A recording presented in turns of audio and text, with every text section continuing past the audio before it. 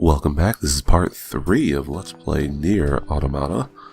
In the last episode, what happened? Oh god. This is definitely not synced up. That's going to screw me over so much. Because I definitely screwed up the timing on that, which isn't a big deal, but I'm just trying to make it perfect. Because it keeps me from having to do more next time. But whatever. I like this guy. We're going to finish his quest. He talks about his left leg, so he's an android like 2B and 9S, but they are like the technical ones, the recon people, I guess. So they're not. I mean, the 9S is the recon ones. I don't actually know what these guys are. They're like, I don't know, but he talks about how part of him, his original leg, is the only thing he has left of him, which I think is such a small thing, but it makes a big deal. It's like, yo, who am I if I'm no longer me? I've changed every part of my body except for my leg. Like, that's all I have left. It's kind of sad, but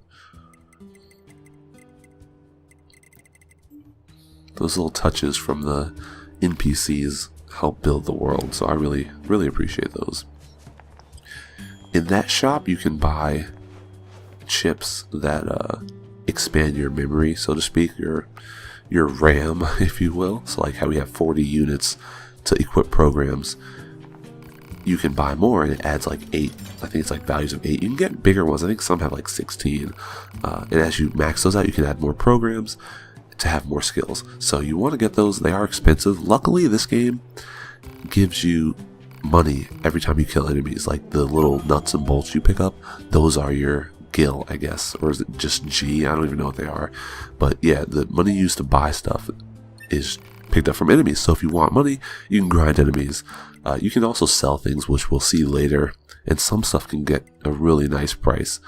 But if you just want to play through the game, killing stuff and killing enemies and getting gil, I'm just gonna call it the gil because that makes sense. Gil that way is pretty good. But yeah, this is the weapon screen. You can equip a light attack and a heavy attack. You don't have to have a large sword as the heavy attack. You can have 2 small swords, have fists, and it can be whatever. But every weapon has a weapon story, which is what you see here. So when you upgrade your weapons, you unlock more of the story. So you have to get certain materials and take them back to the weapons dealer, and he'll upgrade your weapons, and you can figure out what happens. A lot of weapons have kind of, I guess, generic stories, but some of them have more backstory on the land. I never really go for those because the game isn't too tough without upgrading weapons. I have maxed out weapons before, but it's not like it was one of those do or die things like, oh god, I'm going to lose if I don't. So I'll try to do it throughout the game, but I really just want to play through the story, make sure I hit all those points rather than trying to unlock every single item and every single whatever. She's going to give us our next mission. I will say, as far as the weapons are concerned, there is the engine blade in this game. If it's not in here already, it was going to be DLC. I don't know if they scrapped it because I never got it. Just like one of 2B's weapons was in Final Fantasy 15, or at least it was supposed to be. I didn't get in that game either, but they did have some cross-promotional items that were available. Yeah, I think your skirt's having a problem there, 2B. I don't know. I also showed this off in my What I'm Playing episode. This is basically the end of where my earlier videos of these were. You can get sound data for the record player throughout the game, and I don't show it off there because there's really no reason to change it, because as soon as you leave that area it stops playing. But you can access different data and play the game's soundtrack, which is pretty cool. I mean, they have some really great pieces, so do with that what you will. This is the world map. It is kind of weird. They actually make a note of saying that if you talk to that big-headed woman, it's like this 3D mock-up of the world, but it doesn't have anything that's explicitly saying where things are. Like, it has icons, but it doesn't explicitly say, oh, this is what this shape is. It's just a bunch of squares and peaks and valleys.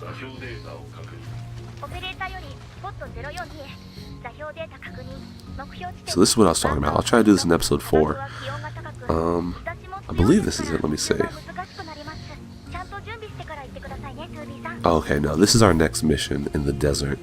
Later in the episode, I think the commander tells me you can go back to the factory and pick up some items that we lost. I was trying to ride the horse again, the moose, but he wasn't letting me. I guess you had to put more bait down, which kind of sucks, but you know, whatever. Hop on the school bus.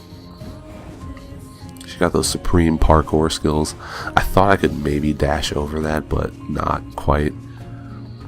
But your best bet when you're traveling throughout Earth is to find buildings, get to the top of them. They're pretty much all scalable in some way, shape, or form.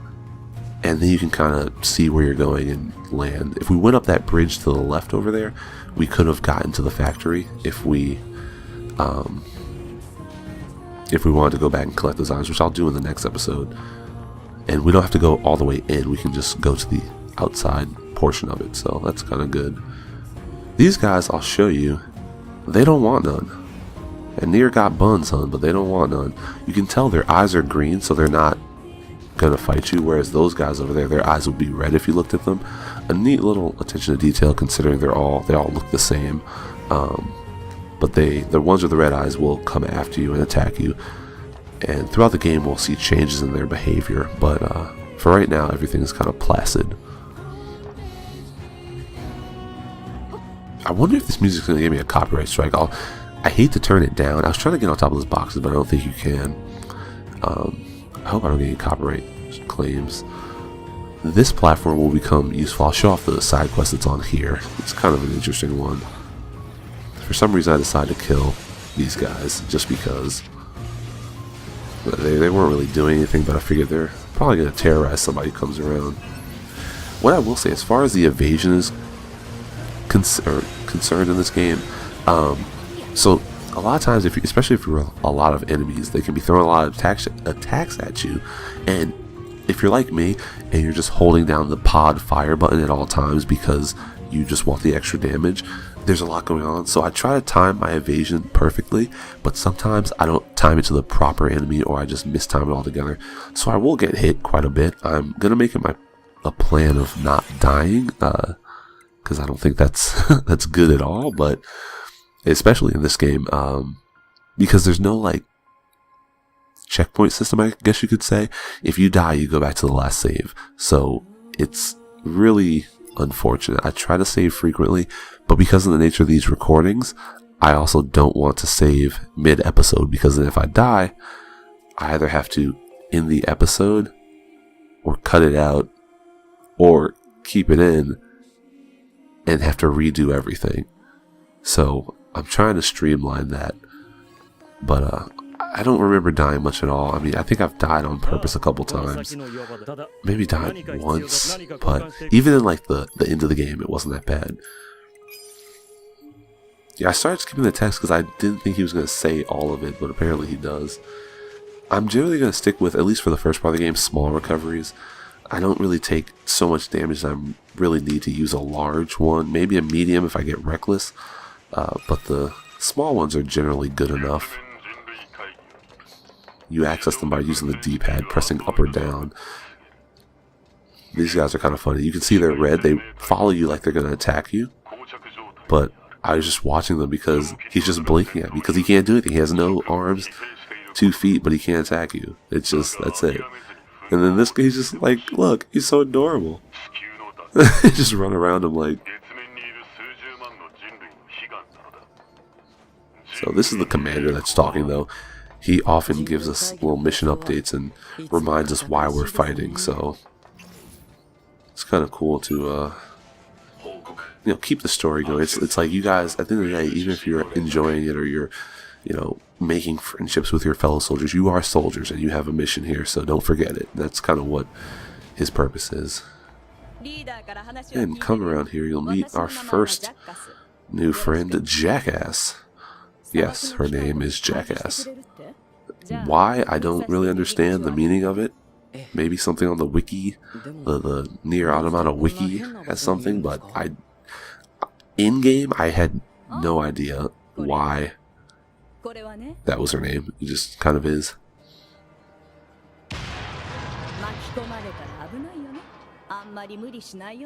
Maybe it has to do with because she's reckless like that, but I mean, I wouldn't really call that a jackass move. It's more of just like, come on now, that's kind of stupid. 封鎖しているゲートを爆発で開けるなんて乱暴な人ですね。 Alright, so we're going to be introduced to the desert shortly, which is neat. I mean, even though this game uses quite a muted color palette, they have a variety of areas, which I think are pretty accurately represented with the colors. It's not like they needed these vibrant reds and strong blues to show things. It's like, no, this is it's a kind of a realistic color palette. It's not oversaturated, where there's not too much contrast with everything. It plays more with lighting than it does with color, and I appreciate that. And here we have it. Desert Zone. Also known as Mirage Saloon, also known as Dust Hill Zone. Like, they call it Desert Zone. Like, that's just Sonic. That's why this game is Sonic. This is 2B the Hedgehog. There's probably fan art of that. I'm about to look that up right now, because I'm curious. One of the things you can do is sand surf on downward slopes, which is kind of a neat, well, not speed. I mean, I guess you would use it if you're speed running, but it's cool if you want to, get where you got to go faster.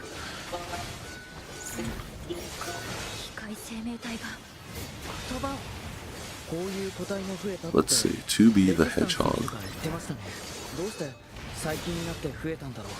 What is that?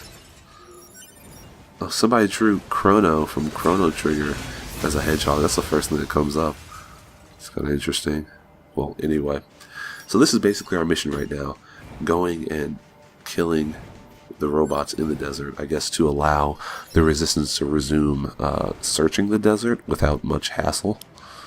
So it's pretty self-explanatory mission. A lot of search and destroy. I mean, once you get close enough to the areas, they turn to circles, and then the enemies will pop out once you get towards the center of that. So not really a hard thing to accomplish. Most missions aren't too difficult, I will say. They're no real brain busters or real puzzles. It's more about the story and the world building, I find, that makes this game a lot of fun. And of course the combat, but there's nothing that's too incredibly difficult to understand. I think I show it off here, but when you see those circles pop up when you're attacking an enemy, that's how you know a quick kill is available. And a quick kill,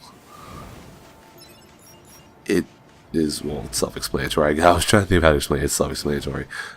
Some enemies, I think they'll just do a lot of damage. Depending, like a boss, it might do a lot of damage and take them to the next phase or something. But on a lot of smaller enemies, you can just do a quick kill, and that will end the fight with them. So pretty useful. Keep an eye out for those. I normally don't use them that often because you don't use circle in combat. So when it shows up, I'm never really thinking about using it. So it's kind of unfortunate, but it's there if you need it. This is yet another access point. I think this one allows you to teleport. I don't know, I have to check, or transport rather. No, it doesn't. Huh. Okay, you know what? I'm thinking of something else. Yeah. So that was basically the same message that the commander was saying to us over the airwaves. He sent us an email. He likes to cover his bases. But I almost feel like you could cut this out, because this is just the same thing over and over again. The enemies aren't that difficult here. It's just, I mean, it is interesting that they have these capes and the face paint. They also say some interesting things. They're kind of afraid of us. They're like, why are you attacking me? Stay away, leave me alone.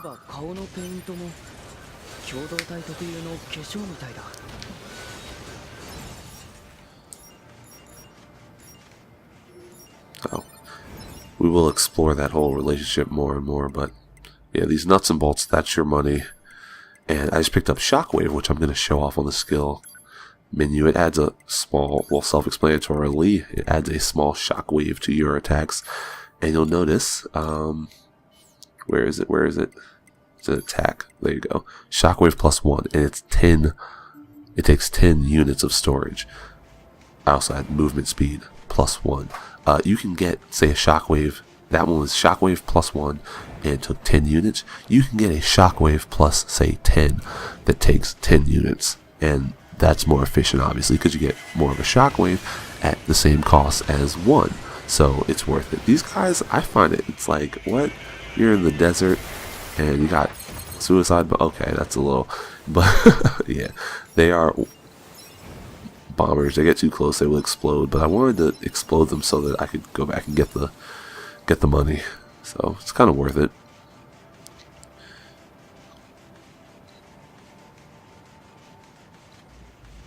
One thing that I don't know if I'll show it off, because if you die, here's how it works. When you die in this game, a couple things happen. You go back to the start menu, but I said the game doesn't save, and yes, it doesn't save, but I kind of lied. It does save the fact that you died, so your body will be left on the spot where you died. You can go back and do a couple things with it. You can pick it up, get your items back, and get kind of like an experience boost. You can also pick it up and use it as an ally, and it'll fight alongside you for a little while. And if you're connected online, you can find other folks' bodies, and you can get different strength pickups from them. And so it is pretty useful. I mean, next time I play, I might turn it on just so when we come across it, I can show you. But I don't intend on dying, at least not anytime soon.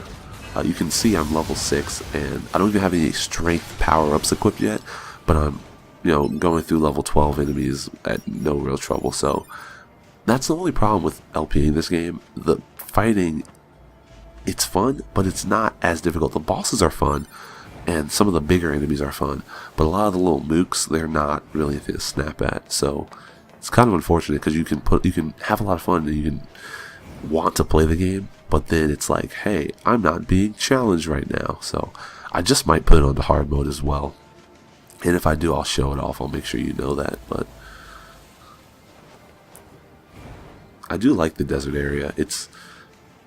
I guess you see deserts a lot in games, but this one, it's not like they cut it short or anything. It's actually a desert.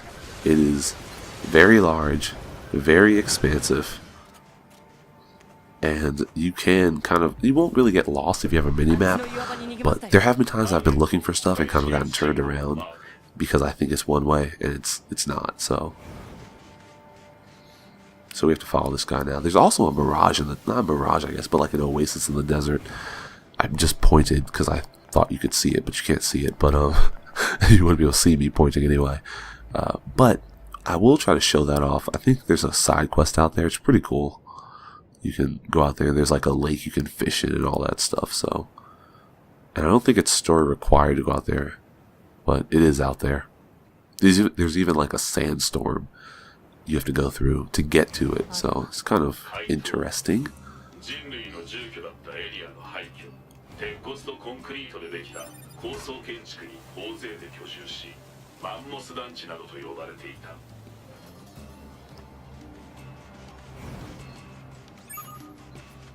Okay, so now it's basically a search and destroy mission, and we're actually going to get into our second boss. Well, I guess we still have about 15 minutes left. Gosh, these parts are so long.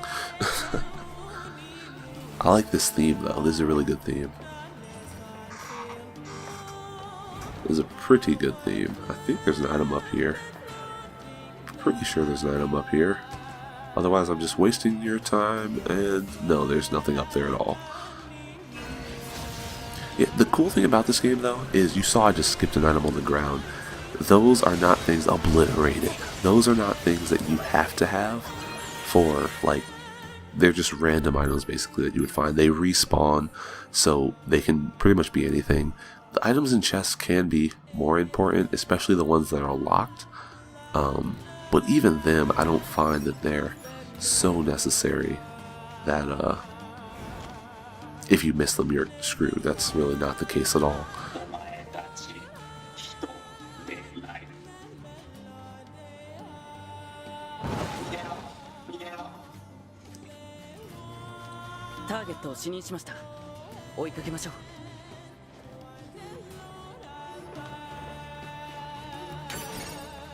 Alright, and there's a hidden chest right there. I think it's a pretty cool placement.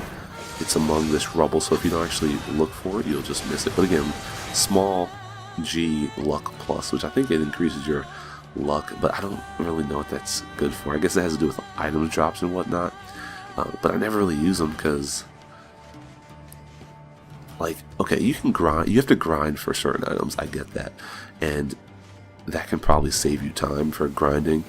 But again, most of the items that you need, if it's a side quest, they'll tell you where to go to get them. So unless you're grinding for like materials to upgrade your weapons, it's not explicitly necessary. There are some other ones, like that one increases your luck. There's some that increase attack and defense. Even those I rarely use. Like, I think I used them for fun one time just to see how much stronger I'd get, but it wasn't anything that was so necessary. I feel like as I'm talking, I'm convincing myself and you guys more and more that, hey, this game is stupid, it's really easy. But I swear, I probably will put it on hard mode just because there has to be something challenging about this, because if there's not, then it's like, well, why are you watching it? But I mean, this first section isn't really that bad regardless. It's, if you just dodge and, you know, don't get killed, it's not too crazy. The one thing I do wish, I'm not sure how they handle hard mode here, but I like when games do hard mode by giving enemies different strategies. I think that that's the great way to handle it. I'm not sure if that's the case here, but when games just decide, oh, make your attacks do less damage, or make the enemy's attacks do less damage, or make your defenses lower, or make the enemy's defenses higher, I feel like that's not hard mode, that's called tedious mode, and that's just about making you waste more time. And that's part of the reason why I don't really care to play on hard mode for a lot of games. Like Persona 5, for example, I'm on my second playthrough, and I'm also doing normal mode. I think, for some extent, there are people who are like, yo, yeah, she doesn't look at explosions, she's a cool gal. Some people, it's like, yeah, I want to feel like I accomplished something, and that's fine. But if you accomplish something by making what was a 30-hour playthrough for me a 45-hour playthrough just because you had to waste more time dealing damage, I don't find that to be hard. I find that to be tedious. And in the case of Persona, I started my first playthrough actually on hard mode, and luckily you can change the difficulty as you play. I started on hard mode. I beat the first story, what are they called? They're not called dungeons, they're called like missions. Well, there's an actual word for them though. Beat the first one on hard, got to the second one, Madarame, couldn't do it because he kept getting crits, and that's how hard mode works. It increases the freaking luck stat of the enemies. I'll get back to that in a second. This, what do we get here? Deadly Heal, okay? That item, which we'll see more, like Deadly Heal plus whatevers, that junk is crazy. What it does, it's very explicit. It heals you when you kill something, and you see how many enemies are in the field. So, I think this one, I'll show you in a second, let's see. This one, come on now, customize.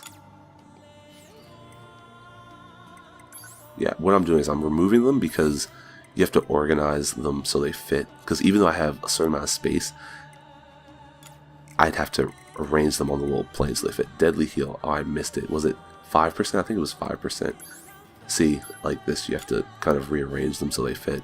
But yeah, Deadly Heal, it heals I think 5% of your health every time you kill an enemy. And that's not every time you kill a boss. That's not every time you kill a major story related. That's every time you kill any enemy. It could be a level 1 mook that doesn't even attack you, and you get your health back. And that's why this game, I find, isn't too taxing, and you can really dive in and enjoy the combat, because you don't have to worry about healing every third second. Because if you are fighting a bunch of mooks, you can just slam with Deadly Heal and get your health back. I was trying to jump down here, but it's a 2D section. It locks the camera, so you can't exactly do that. Because you know me, I would. I was jumping. Yeah, I knew that was gonna fall. I was trying to see if we could continue, but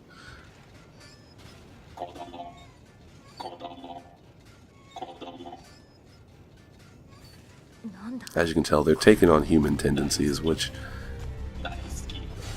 we'll find out more about as we go on, but we don't care how human they want to be. We are going to murder them all.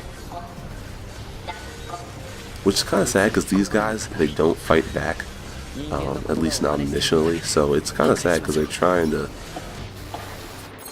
trying to just live their lives. But yeah, I don't know why he did so much damage.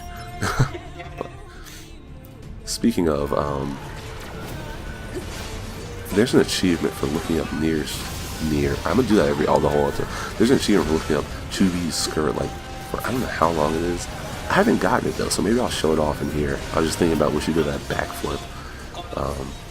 I don't know why I didn't get it, but it's weird because it's not as easy as you think. It's like you have to angle the camera properly. It works if you're up against walls and stuff. But my first playthrough, I never really was like going out of my way to do it, so kind of interesting. But these guys, they're not really that difficult. They start out with the desert variety. They have like their capes and stuff. They're a little bit tougher, and then you end up with the regular like naked looking ones, and they don't really do anything. It's just a kill fest. You just attack, dodge, attack, repeat. Something I want to mention about the counterattack, as you can tell, when you evade and you get that slowdown, when you counterattack, you don't necessarily counterattack the same person that you dodge, which is kind of cool, because if you angle it right, you can dodge one attack and counterattack somebody else.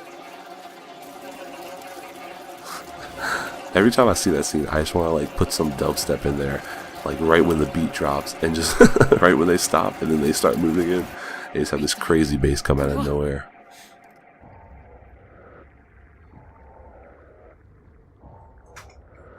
And of course, they join to form a ginormous mech, and we have to fight it. Lol, nope. It gives birth to this guy. This completely naked guy. Well, he's not really a guy. I guess he's a androgynous machine. Android, if you will. I don't know. But this is the second boss of the game, Adam. We'll find out more about him story-wise as we go along. Fun fact, his voice actor, I forget his name, but he's the same voice actor who voiced Yu Narukami, also known as the Persona 4 protagonist. Which, I mean, isn't really much to snap at because... what's his name here? Daisuke Namikawa. Voicing the Persona 4 protagonist, not really much to snap at because he's a silent protagonist pretty much. I mean, he does say like, Persona! And stuff like that, but yeah. His boss, as 9S is saying, he evolves. So the more you attack him, the higher level he gets. He seems to take less damage. I guess he takes less damage.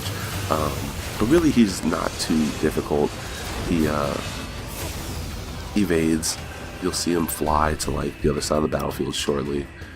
Yeah, you just kind of dodge. But as long as you stay locked on, keep firing. Here you have to just attack him with your beams. You can't really get up there because it's kind of high. I think I get hit one time by that attack because I was trying to be a cool guy and like dodge at the last moment, but it didn't exactly work to my favor. God, my foot just fell asleep. It's crazy asleep now. But yeah, it's not even a wash, rinse, repeat. It's just don't die and you're gonna be fine. Like, and once he comes back down here, he has that little blast attack that will knock you back. You can dodge it and then counter it, which I do try to do. I think I might get it once or twice, like I might have done it earlier. And you can launch him. That's the other reason why this reminds me of Final Fantasy 13, because you can launch enemies into the air, which I like quite a bit. It's also neat, his fighting style is very rudimentary. He uses like big kicks and big attacks, kind of like if you're an untrained fighter. You know, you don't have short, quick punches. You just kind of throw your hits out there because you're just trying to attack someone with all your might. And I think it's kind of cool. It's demonstrative of who he is as a character. And now those abilities he is doing, like the shields, we do have access to them ourselves, and we will find them. This is pretty gruesome, though. Like, just straight up destroyed. The fact that he has blood is interesting, too. Because he's a machine as far as 9S is concerned, so you would think it would be like oil, but we'll find out more about him later.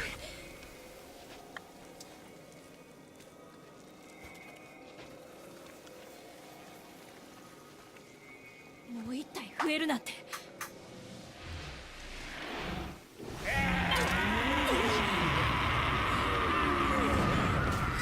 ズビー、脱出しないと。 Alright, and he rebirthed, duplicated, if you will. But we're not going to fight him again.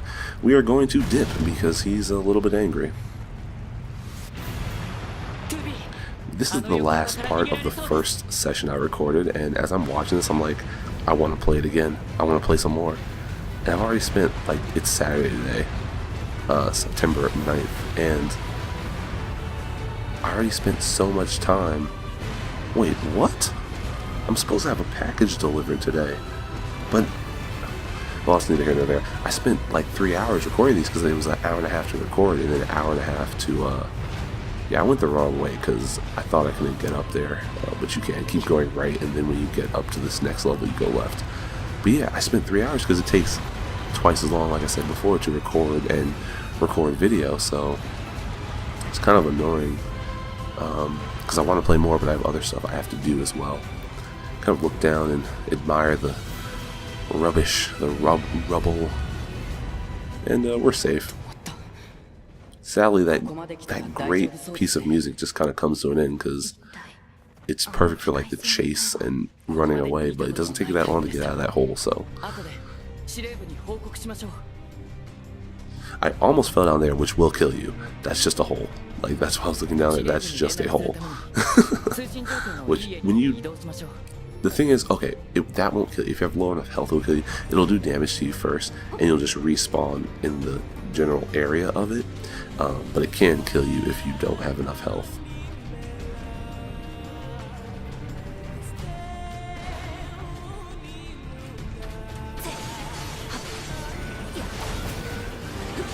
I like these guys. They're like the big guys, but they seem a little more agile than most. The big guys, it's kind of funny when they run because it looks like it requires so much effort. And this is one of the quick kills, so you get this little cutscene, and yeah, it's pretty effective. I mean, it's a nice spectacle. I try not to use it too much because it just slows things down, but it is effective. Definitely effective.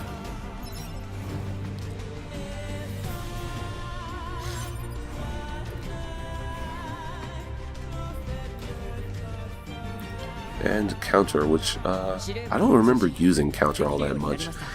I mean, it's pretty self-explanatory what it does. It allows you to counter attacks, but I don't find it. I don't remember finding that I need it. But maybe I'll equip it at some point.